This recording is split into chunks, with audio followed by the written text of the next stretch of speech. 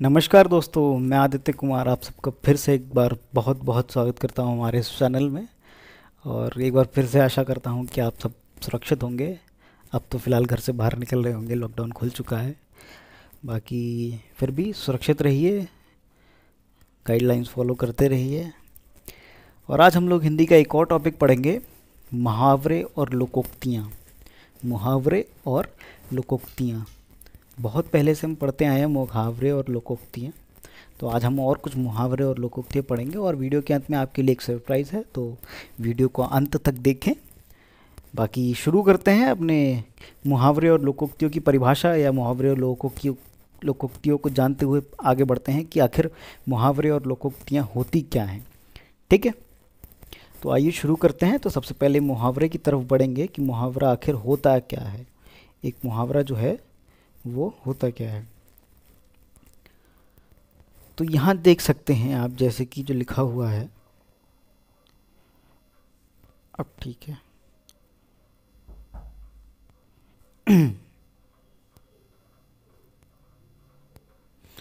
देख सकते हैं यहाँ पे लिखा हुआ है मुहावरा। कोई भी ऐसा वाक्यांश, ये लिखा है मुहावरा, मुहावरे की परिभाषा रही, कोई भी ऐसा वाक्यांश जो अपने साधारण अर्थ को छोड़कर किसी विशेष अर्थ को व्यक्त करे उसे मुहावरा कहते हैं। मतलब कोई भी ऐसा वाक्य जो अपने साधारण अर्थ को छोड़कर किसी विशेष अर्थ को व्यक्त करे उसे मुहावरा कहते हैं। अब इस विशेष अर्थ का क्या मतलब है, सामान्य अर्थ का क्या मतलब है। सामान्य अर्थ का मतलब शब्दार्थ और विशेष अर्थ का मतलब भावार्थ। अब भावार्थ और शब्दार्थ में क्या फ़र्क है। भावार्थ और शब्दार्थ में ये फ़र्क है कि मान लीजिए मेरे पास कोई मुहावरा है, मान लीजिए मेरे पास मुहावरा है कि सर पकड़ना। ठीक है, सर पकड़ना एक मुहावरा है। तो इसका जो शब्दार्थ होगा, शब्दार्थ मतलब जो उसमें लिखा हुआ है वही, कि सर पकड़ना, तो मैंने सर पकड़ लिया, ये हो गया उसका शब्दार्थ। एग्जैक्टली उसका शब्दार्थ, उस एग्जैक्टली शब्दार्थ मतलब जो लिखा हुआ है वही। जैसे लिखा है सर पकड़ना, जैसे मैंने बोला कि सर पकड़ना, सर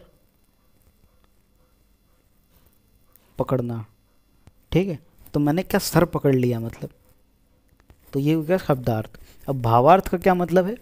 भावार्थ में सर, जो भावार्थ होता है सर पकड़ना, इस मुहावरे का जो भावार्थ होता है वो होता है परेशान हो जाना। मैंने सर पकड़ लिया, कि मैं इससे इतना परेशान हो गया कि मैंने अपना सर पकड़ लिया। तो ये होता है भावार्थ और शब्दार्थ में फ़र्क। शब्दार्थ में जो एक्चुअली लिखा हुआ है और भावार्थ में जो उसके अंदर भाव छुपा हुआ है। सर पकड़ने का भावार्थ हो गया परेशान हो जाना, और शब्दार्थ हो गया सर पकड़ लेना, मतलब जो लिखा है वही करना। ठीक है, तो भावार्थ और शब्दार्थ ये बहुत बड़ी चीज़ है, इसलिए इन सबको भी ध्यान में रखना है। तो मुहावरे क्या हुए, कोई भी ऐसा वाक्यांश जो अपने साधारण अर्थ को छोड़कर किसी विशेष अर्थ को व्यक्त करे, मतलब शब्दार्थ को नहीं भावार्थ को व्यक्त करे। ठीक है, वो होते हैं हमारे मुहावरे। फिर हम चलते हैं लोकोक्ति की तरफ। लोकोक्ति क्या होती है। लोक अनुभव से बनने वाली उक्तियाँ। लोक अनुभव से बनने वाली उक्तियाँ जो किसी समाज ने लंबे अनुभव से सीखी हैं, उसे एक वाक्य में बांध दिया है। लोक अनुभव बनने वाली, लोक अनुभव मतलब लोगों के अनुभव से बनने वाली उक्तियाँ। उक्तियाँ मतलब पंक्तियाँ कह सकते हैं या वाक्यांश भी कह सकते हैं, क्योंकि लोगों द्वारा कही गई हैं इसलिए लोकोक्तियाँ हो गई हैं। तो लोगों के अनुभव से बनने वाली उक्तियाँ जो समाज ने लंबे समय से अनुभव की हैं, या समाज ने बहुत ही लंबे समय में अनुभव से सीखा है, समाज ने बहुत ही लंबे समय के अनुभव से सीखा है, उसे हम एक वाक्य में बांध दिया। ठीक है, तो लोक अनुभव से बनने वाली उक्तियाँ जो किसी समाज ने लंबे समय से अनुभव से सीखी हैं। किसी समाज ने बहुत लंबे समय का अनुभव के कारण जो लोकोक्तियाँ सीखी हैं और उन्हें एक वाक्य में बांध दिया है, तो उन्हें लोकोक्तियाँ कहते हैं। तो लोकोक्तियों का अर्थ होता है वो पूर्ण लोकोक्तियाँ अपने आप में कह सकते हैं कि पूर्ण होती हैं, लेकिन मुहावरे अपने आप में पूर्ण नहीं होते हैं। ये आपको नेक्स्ट स्लाइड में पता चलेगा। ये नेक्स्ट स्लाइड की तरफ बढ़ते हैं। तो नेक्स्ट स्लाइड है हमारी ये, इसमें एक डीप मीनिंग है, कोशिश करता हूँ आपको समझाने की। पहले है मुहावरा। मुहावरे का अर्थ है बातचीत या अभ्यास। ये अरबी भाषा का शब्द है। जब कोई वाक्य के अंग, एक मिनट रुकिए, ये यहाँ पे आपको दिखाई नहीं दे रहा होगा तो मैं इसको ऊपर ले लेता हूँ, तब दिखाई देगा। ठीक, तो मुहावरे का अर्थ है बातचीत या अभ्यास। ये अरबी भाषा का शब्द है। जब कोई वाक्य अंश मूल अर्थ से हटकर किसी विशेष अर्थ को दर्शाता है, वही जो पूछे लिखा हुआ था कि शब्दार्थ अंश, वाक्य का अंश मूल अर्थ से हटकर किसी विशेष अर्थ को दर्शाता है, उसे मुहावरा कहते हैं। मुहावरा भाषा को सुंदर बनाता है। मुहावरे का प्रयोग, ये दिख नहीं रहा होगा, मुहावरे का प्रयोग किसी वाक्य के बीच में होता है। मतलब कोई भी मुहावरा जो है उसका प्रयोग हम लोग वाक्य के बीच में करते हैं। ठीक है, तो मुहावरे का आवश्यक अर्थ क्या होता है? बातचीत या अभ्यास। तो मुहावरा के कह सकते हैं जो मुहावरे का शाब्दिक अर्थ होता है वो होता है बातचीत या अभ्यास। तो हम मुहावरा किसी भी भाषा को सुंदर बनाने के लिए इस्तेमाल करते हैं, और वही है कि उसको जो बेसिकली मुहावरा जो होता है वो अपने शब्दार्थ को छोड़ के अपने भावार्थ पर ज़्यादा विशेषता होती है उसकी। मुहावरे के शब्दार्थ को छोड़ के उसके भावार्थ की ज़्यादा विशेषता होती है। ठीक है, ऐसी लोकोक्ति हैं। लोकोक्ति का अर्थ है लोगों द्वारा कही गई उक्ति या बातें। लोगों द्वारा कही गई उक्ति या बातें, वह उक्ति सुनने वाले के मन पर गहरा प्रभाव डालती है।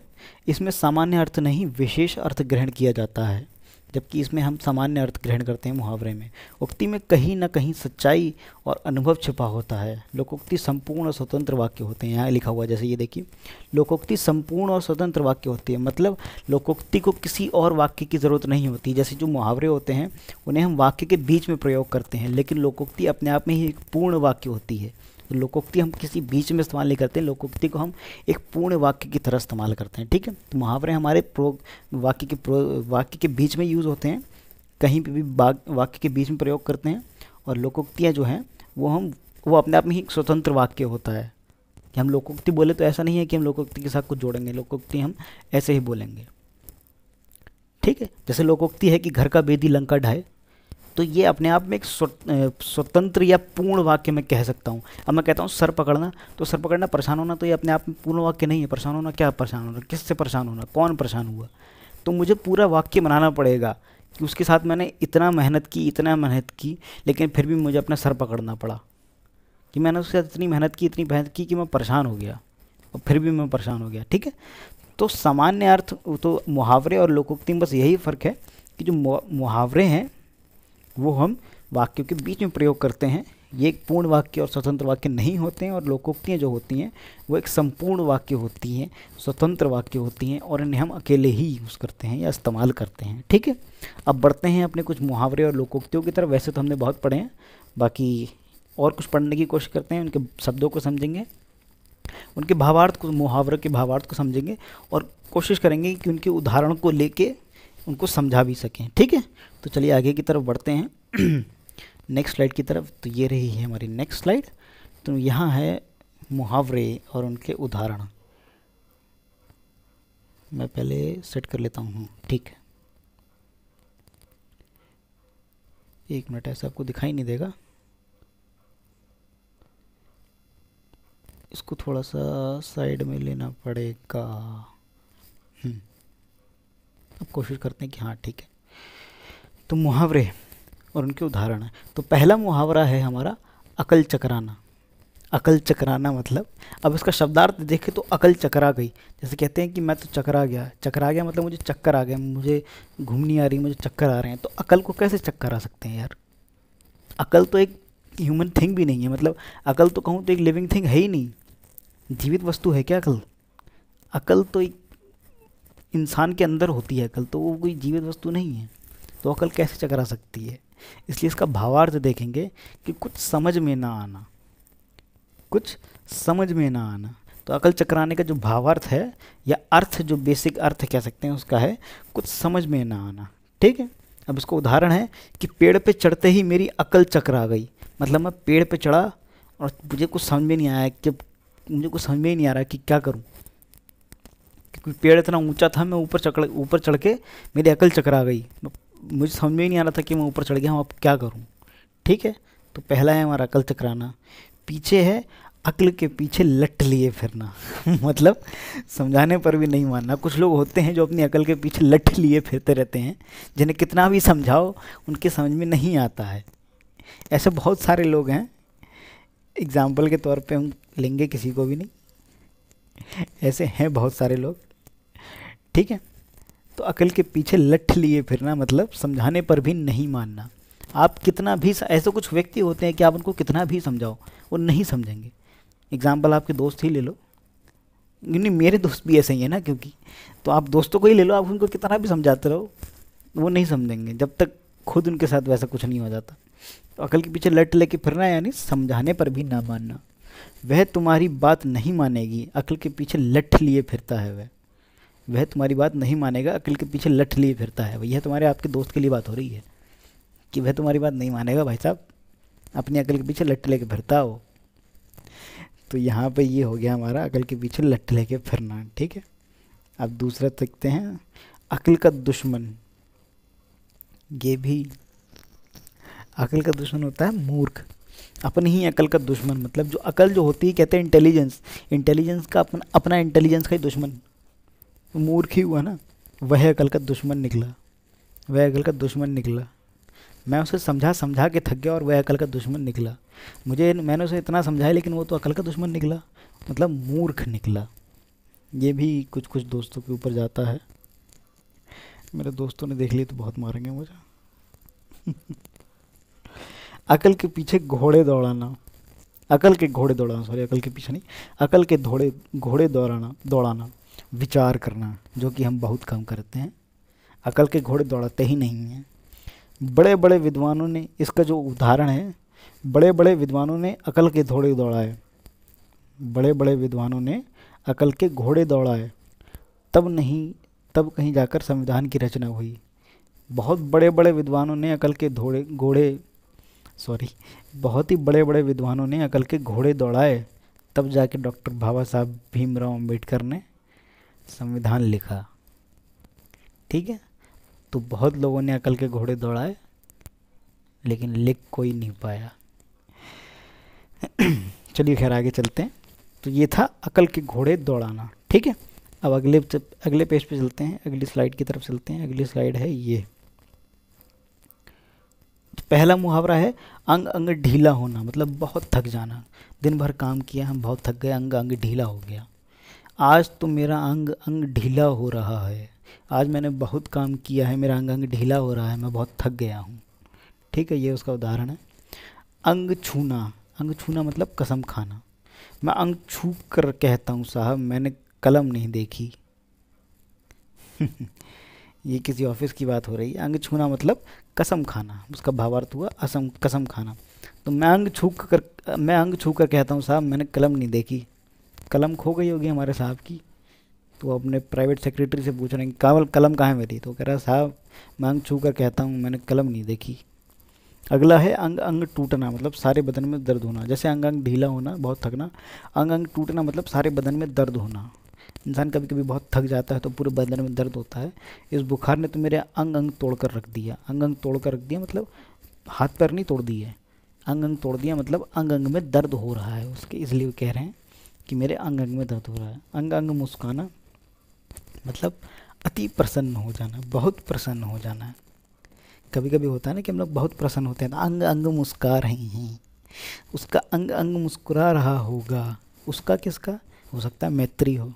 ये यहाँ पर कवि अपनी प्रेमिका की बात कर रहे हैं कि उसका अंग अंग मुस्कुरा रहा होगा, क्योंकि कवि अभी अभी थोड़ी देर पहले अपनी मित्री से मिल के आए हैं, अपनी प्रेमिका से मिल के आए हैं। हालांकि अंग अंग इनका भी मुस्कुरा रहा है लेकिन ये बता नहीं रहे हैं। बाकी आगे की तरफ चलते हैं, ज़्यादा प्रेमी प्रेमिका नहीं करना है हमें। अगला है आँख चुराना। आँख चुराना मतलब आँख निकाल के नहीं ले जाना है किसी, आँख चुराना मतलब छिपना। कहते हैं उसने मुझसे, मैंने उसकी तरफ देखना और मैं कहते हैं ना कि मैंने उसकी तरफ देखा लेकिन उसने मुझसे आँख चुरा ली, मतलब मुझसे छिप गया वो। चोरी पकड़ी जाने के बाद, उदाहरण है कि चोरी पकड़ी जाने के बाद वह मुझसे आँखें चुराता फिरता है।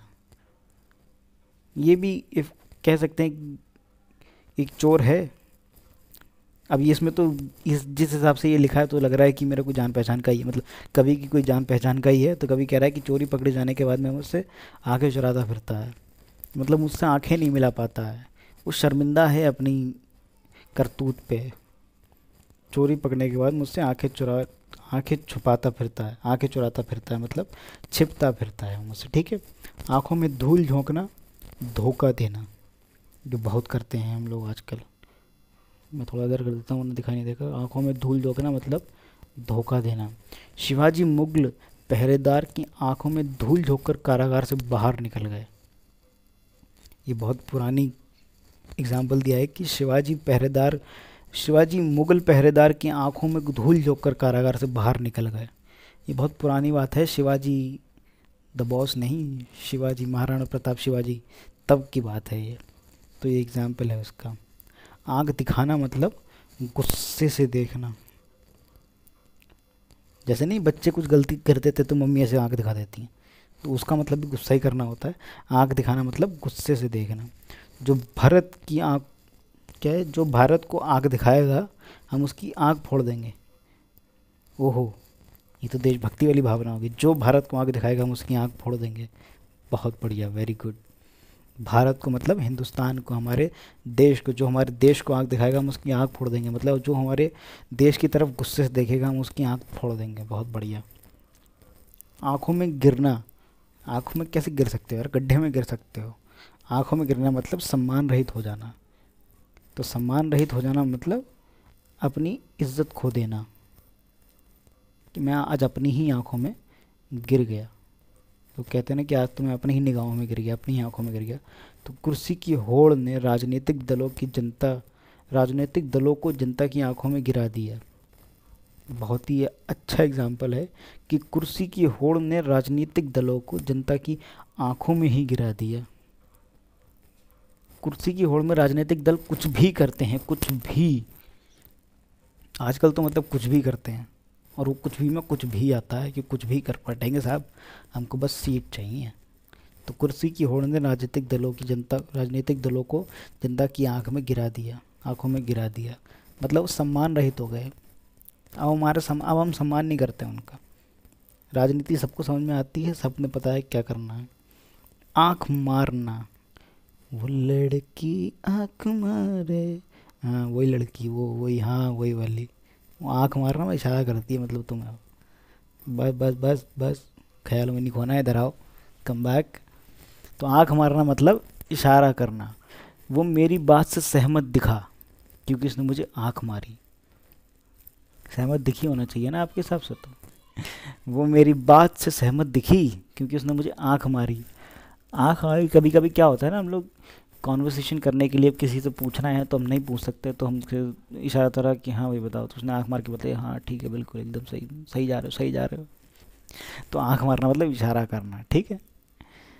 आगे अपने चलते हैं आगे की तरफ। वीडियो बहुत लंबी हो रही है, मुझे जल्दी जल्दी बढ़ाना होगा। पहला है कलेजे पर हाथ रखना, मतलब अपने दिल से पूछना। अपने कलेजे पर हाथ रख के कसम खाओ, अपने दिल से पूछो, ठीक है। तो इसका जो उदाहरण है, एक मिनट, इसका जो उदाहरण है तो उसमें बहुत टाइम लगता है यार। इसका जो उदाहरण है, अपने कलेजे पर हाथ रख को कहो कि तुमने पेन नहीं तोड़ा।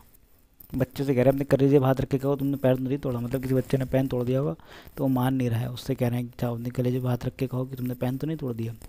कलेजा जलना मतलब काफ़ी दुख होना। उनकी बात सुनकर मेरा कलेजा जल उठा, ठीक है। कलेजा थामना मतलब जी कड़ा करना। जी कड़ा करना मतलब पत्थर के सनम हो जाना। अपने एकमात्र युवा पुत्र की मृत्यु पर माता पिता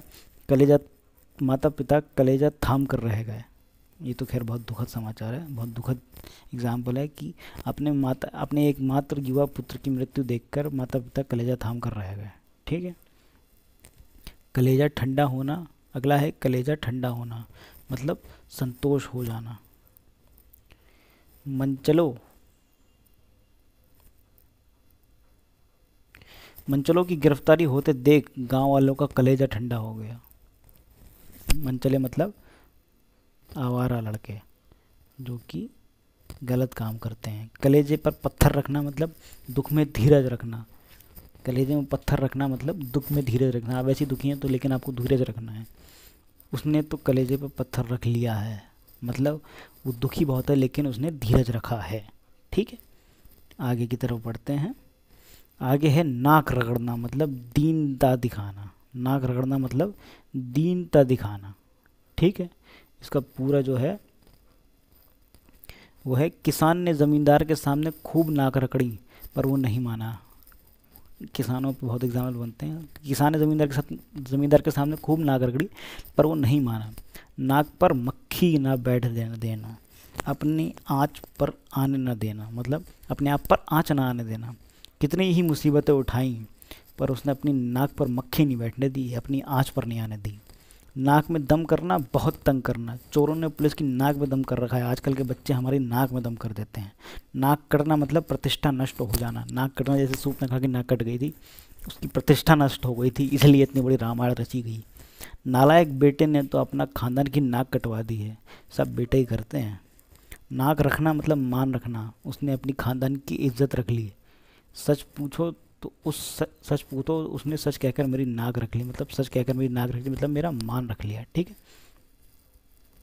आगे की तरफ बढ़ते हैं। कान का कच्चा। कान का कच्चा मतलब पका कच्चा, पक्का वो वाला नहीं।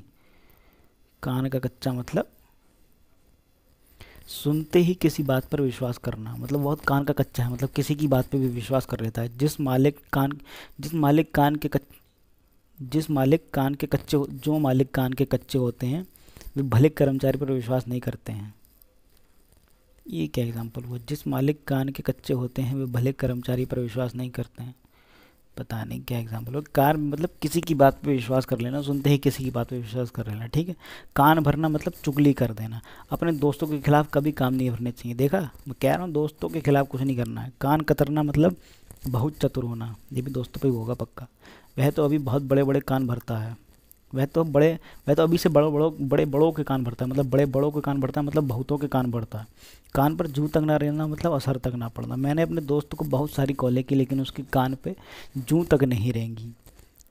खराब कानून व्यवस्था पर सरकार की कान पर जूं तक नहीं रेंगती। वाह, क्या एग्जाम्पल है। इसको 5 स्टार लगाओ भाई। कानों कान खबर ना होना मतलब बिल्कुल पता ना चलना। कल रात में 12 बजे उठ के चुपचाप बाहर चला गया घर से, किसी को कानों कान खबर नहीं हुई। कहाँ चला गया? मित्री से मिलने। ये लो रुपए, लेकिन किसी को कानों कान खबर ना हो। ये यहाँ पे सुपारी दी जा रही है किसी को। आगे की तरफ बढ़ते हैं। मुंह खून लगना। मुंह खून लगना मतलब ये नहीं कि मैंने मांस खा लिया। मुंह खून लगने का मतलब ये नहीं है कि मैंने मुंह पे खून लगा लिया। मुंह खून का मतलब रिश्वत लेने की आदत पड़ जाना, जो आजकल के लोगों को बहुत पड़ गई है। उसके मुंह खून लग गया है, बिना पैसे के वो काम नहीं करेगा। ठीक है, मुंह की खाना मतलब हार मानना। पड़ोसी के घर के मामले में दखल देकर उसने अपनी मुंह की खानी पड़ी। कहते हैं किसी के फटे की टांग नहीं उड़ानी चाहिए, मतलब किसी की लड़ाई में इन्वॉल्व नहीं होना चाहिए। मुंह में पानी भरना मतलब दिल ललचाना। मुंह में पानी आ गया। लड्डू का नाम सुनते ही मेरे मुंह में पानी भर आया। मेरे भी आ गया यार, अभी भी आ गया। मुंह छुपाना लज्जित होना। वो मुंह छुपाए फिरता है। मुंह छुपाने से काम नहीं बनेगा गुरु, कुछ करके भी दिखाओ। मुंह रखना मतलब मान रखना। अगला है मुंह रखना मतलब मान रखना। जैसे नाक रखना था वैसे मान रखना भी है। मैं तुम्हारा मुंह रखने के लिए ही प्रमोद के पास गया था, वरना मुझे क्या ज़रूरत थी। ठीक है, आगे की तरफ चलते हैं। दांत पीसना। अब दांत कैसे पीसे जा सकते हैं यार? दांत कैसे पीस लोगे? मतलब दांत का चूरन बनाना नहीं ना। तो दांत पीसने का अर्थ है बहुत ज़्यादा गुस्सा करना। मुझ पर दांत क्यों पीसते हो? गलती तो उसने की है। छोटा भाई कह रहा है कि दांत मैंने मुझ पे क्यों दांत पीस रहे हो यार, गलती तो बड़े वाले ने की है। दांत खट्टे करना, बुरी तरह हराना। भारतीय सैनिकों ने पाकिस्तानी सैनिकों के दांत खट्टे कर दिए। बहुत बढ़िया। वैसे भी हमारे भारत में हिंदुस्तान पाकिस्तान बहुत होता है। दांत काटी रोटी मतलब घनिष्ठता या पक्की मित्रता, जो कि आजकल बहुत कम मिलती है। कभी विकास और पंकज में दांत कटी रोटी थी, पर आज एक दूसरे के जानी दुश्मन हैं। ये अक्सर फिल्मों में दिखाया जाता है कि पहले बहुत अच्छे दोस्त थे, उसके बाद इतने बुरे दुश्मन हो गए कि पूछिए मत। अगला है गर्दन पर सवार होना मतलब पीछे पड़ना। अगला है गर्दन पर सवार होना मतलब पीछे पड़ जाना। जैसे विक्रम वेताल में वेताल जो विक्रम की गर्दन पर लटका रखा था, कलर की गर्दन पर सवार होने से तुम्हारा काम नहीं बनने वाला, मतलब उसके पीछे पड़ने से तुम्हारा क्लर्क की गर्दन पर सवार होना। ठीक है, गर्दन पर छुरी फेरना, अत्याचार करना। उसकी बेकसूर, उस बेकसूर की गर्दन पर छुरी क्यों फेरते हो, तुम्हें शर्म नहीं आती? इसकी सज़ा तुम्हें भगवान देगा, मतलब उसको क्यों परेशान कर रहे हो, उसको क्यों अत्याचार कर रहे हो? गर्दन झुकाना मतलब लज्जित होना, नाक कटना लज्जित होना।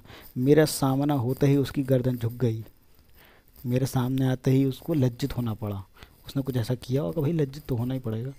हवा लगना मतलब असर पड़ना। कहते हैं ना बेटा तुझे बाहर की हवा लग गई है, मतलब तुझे बाहर का असर पड़ गया है। मोहन को शहर की हवा लग गई है। मोहन गांव का एक व्यक्ति है, सीधा साधा था, तो शहर गया तो बेचारे को शहर की हवा लग गई। हवा में बातें करना मतलब बहुत तेज़ दौड़ना। बहुत तेज़ दौड़ना मतलब हवा में बातें नहीं करते हैं कुछ लोग, मैं ये कर लूँगा, मैं वो कर लूँगा, हालांकि करते हैं कुछ नहीं है।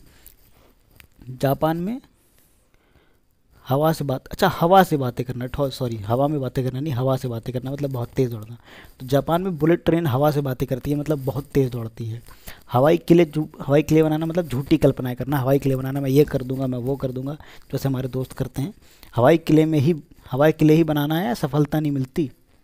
हवाई किले बनाने से सफलता नहीं बनती। कहते हैं ना, हवाई किले बनाओगे या कुछ और करोगे भी, हवा हो जाना मतलब गायब हो जाना। देखते ही देखते मेरी साइकिल न जाने कहाँ हवा हो गई, देखते ही देखते ना जाने क्या हो गए, देखते देखते सोचता हूँ कि वो कितने मासूम थे, क्या से क्या हो गए देखते। ये गाना मुझे पता नहीं कितना अच्छा लगता है, मैं बार बार इस्तेमाल करता हूँ इसे। पानी पानी हो जाना, पानी पानी हो जाना मतलब लिक्विड थोड़ी बन गए, नहीं, पानी पानी हो जाना मतलब लज्जित हो जाना या शर्मिंदा हो जाना।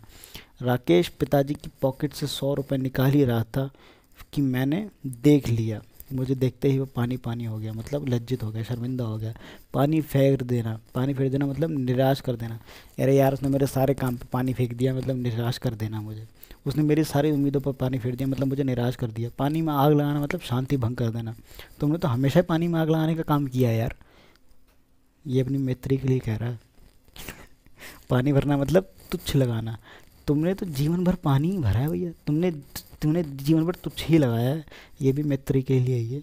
मैत्री को गुस्सा मत होना। अब आती हैं कुछ प्रचलित लोकोक्तियाँ। हमने अभी तक मुहावरे पढ़े थे, अब कुछ प्रचलित लोकोक्तियाँ हैं। अब पछताए होत क्या जब चुड़िया चुन गई खेत, समय निकल जाने पर पछताने से क्या लाभ। अधजल गगरी छलकत जाए, कम गुण वाला व्यक्ति खावा ज़्यादा करता है। आम के आम गुठलियों के दाम, दुगना लाभ। आम तो आम, गुठलियों के भी दाम। ऊंची दुकान फीके पकवान, केवल ऊपरी दिखावा करना। और भी कुछ लोकोक्तियाँ हैं हमारे पास। घर का भेदी लंका ढाए, आपसी फूट के कारण भेद खेलना। ठीक है, जिसकी लाठी उसकी भैंस, शक्तिशाली की विजय होती है। बिल्कुल होती है, जिसकी लाठी उसकी भैंस, शक्तिशाली की विजय होती है। जल में रहकर मगर से बैर, किसी आश्रम में रहकर उससे शत्रुता मोल लेना। किसी के आश्रय में रहकर उससे शत्रुता मोल लेना। मैंने जैसे किसी का काम किया, किसी से काम सीखा, उसी से बाद में उसकी दुश्मनी कर बैठा। जल में रहकर बैर करना, मगर से बैर करना मतलब दूध का दूध, पानी का पानी, सच का सच और झूठ, सच और झूठ का ठीक फैसला। मन चंगा तो कटौती में गंगा, यदि मन पवित्र हो तो घर में ही तीर्थ है। लोग पता नहीं क्या क्या करते हैं भगवान को खुश करने के लिए, लेकिन अपने लेकिन मन से पवित्र नहीं होते, तो क्या फ़ायदा है ऐसा मन पवित्र होने का, क्या फ़ायदा है ऐसे करने का, पूजा करने का। हाथ, दोनों हाथों में लड्डू मतलब दोनों ओर लाभ, बहुत ही लाभ। मान न मान, मैं तेरा मेहमान, ज़बरदस्ती किसी का मेहमान बनना है। हम तो भाई आएंगे, जैसे दोस्त नहीं होते हैं ज़बरदस्ती में, हाँ भाई क्या बना ले क्या। नाच ना जाने आंगन टेढ़ा, काम करना नहीं आता और बहाने बनाने आते हैं। ठीक है, न रहेगा बांस न बजेगी बांसुरी, कारण की नष्ट कर दो तो कार्य ही नहीं होगा। दूर के ढोल सुहावने, जो चीज़ें दूर से अच्छी लगती हैं, जैसे लोगों को बच्चे दूर से अच्छे लगते हैं, तो खुद के होते हैं तब पता चलता है। बगल में छुरी राम मुंह में राम, बगल में छुरी मुंह में राम मतलब कहते कुछ हैं अंदर कुछ हैं, भीतर तो शत्रुता और ऊपर से मीठी बातें। कुछ लोग होते हैं ना बहुत मीठे, कहते कुछ हैं लेकिन अंदर कुछ और होता है। सांप मर जाए और लाठी भी ना टूटे मतलब हानि भी हो और काम भी बन जाए। हानि भी ना हो और काम भी बन जाए। सावन हरे न भादों सूखे, हमेशा एक सी स्थिति में रहना। ऐसे बहुत कम होते हैं लोग, ऐसे अगर हो जाए उसे कहते हैं मोक्ष प्राप्ति। 100 सुनार की एक लोहार की, मतलब सामने वाले ने 100 बातें कह दी, मैंने एक बात कही और वो चुप हो गया। निर्बल की सैकड़ों चोटों की बल से एक चोट मुकाबले कर देता है। निर्बल की 100 चोटों की सबल एक ही चोट से मुकाबला कर देता है। हाँ, निर्बल या सबल, मतलब जो निर्बल है वो कुछ कर नहीं सकता, सबल मतलब सब कुछ कर सकता है। निर्बल की सैकड़ों चोट की सबल एक ही चोट पर मुकाबला कर देता है। लातों के भूत बातों से नहीं मानते, जैसे मेरे दोस्त शरारती समझाने से वश में नहीं आते। ठीक है, ये थी हमारी लोकोक्तियाँ और मुहावरे। तो आशा करता हूँ आपको मेरी वीडियो अच्छी लगी होगी। बाकी इस वीडियो के एंड में जो मैंने बोला था कि सरप्राइज़ है, सरप्राइज़ ये है कि नीचे मैंने 501 मुहावरों की और लोकोक्तियों की पीडीएफ भी डाल दी है डिस्क्रिप्शन में, वहाँ से डाउनलोड कर लिया जाए, क्योंकि प्रैक्टिस जितने ज़्यादा करेंगे उतने ज़्यादा आपको मार्क्स गेन करने का फ़ायदा मिलेगा, उतने ज़्यादा आपको अच्छे से याद हो जाएंगे।